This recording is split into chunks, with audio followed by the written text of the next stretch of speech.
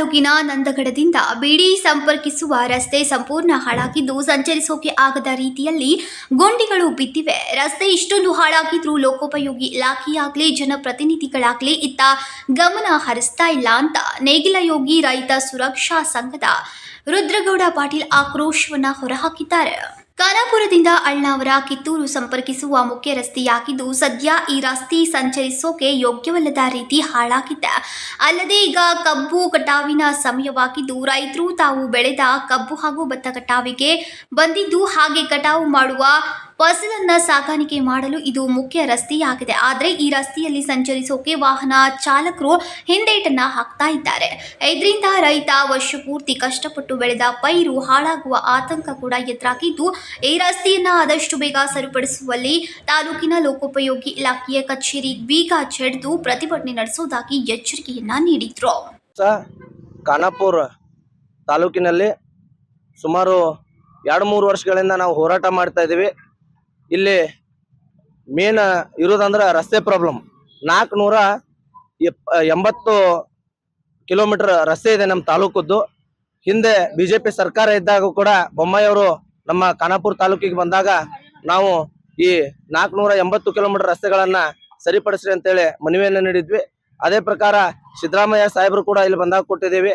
ಇಲ್ಲಿ ಬಿಜೆಪಿ ಮತ್ತು ಕಾಂಗ್ರೆಸ್ ಯಾವುದೇ ತರಹದ ಸರ್ಕಾರಗಳು ಬಂದ್ರು ಇಲ್ಲಿ ಈ ರಸ್ತೆಗಳನ್ನ ಸರಿ ಮಾಡ್ತಾ ಇದ್ದಿಲ್ಲ. ಲಿಂಗನಮಠದಿಂದ ಖಾನಾಪುರವರೆಗೆ ಇದೊಂದು ರಸ್ತೆಯನ್ನ ಸರಿ ಮಾಡಬೇಕು. ಇಲ್ಲಿ ಸುಮಾರು 50ರಿಂದ 60 ಸಾವಿರ ಟನ್ ಕಬ್ಬನ್ನ ಸೌಭಾಗ್ಯ ಲಕ್ಷ್ಮಿ ಫ್ಯಾಕ್ಟ್ರಿಗೆ ಮತ್ತು ಹಳೆಯಾಳ್ ಫ್ಯಾಕ್ಟ್ರಿಗೆ ಇಲ್ಲಿಂದ ಸಾಗಾಟನೆ ಆಗತ್ತ.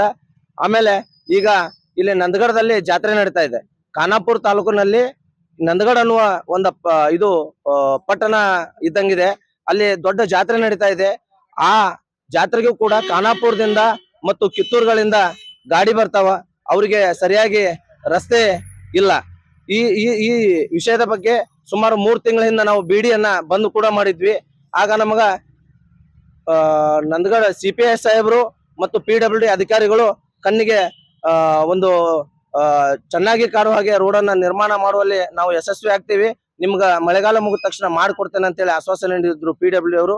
ಈ PWD ಅಧಿಕಾರಿಗಳು ಮತ್ತು ಸಂಬಂಧಪಟ್ಟಂತ ಅಧಿಕಾರಿಗಳು ಈ ಸರ್ಕಾರದವರು ಎಚ್ಚೆತ್ತುಕೊಂಡು ಲಿಂಗನಮಠ ಕ್ರಾಸ್ ಇಂದ ಖಾನಾಪುರವರೆಗೆ ಈ ರಸ್ತೆಯನ್ನ ಮಾಡದೆ ಹೋದಲ್ಲಿ ಮುಂದಿನ 8 ದಿವಸಗಳ ಇವ್ರಿಗೆ ಗಡುವು ಕೊಡ್ತಾ ಇದ್ದೇವೆ. ಕೆಲಸ ಪ್ರಾರಂಭ ಆದ್ರೆ ಬಿಡ್ತೇವೆ, ಇಲ್ಲ ಅಂದ್ರ ಇದಕ್ಕ ತಕ್ಕ ಶಾಸ್ತಿಯನ್ನ ಮಾಡ್ತೇವೆ.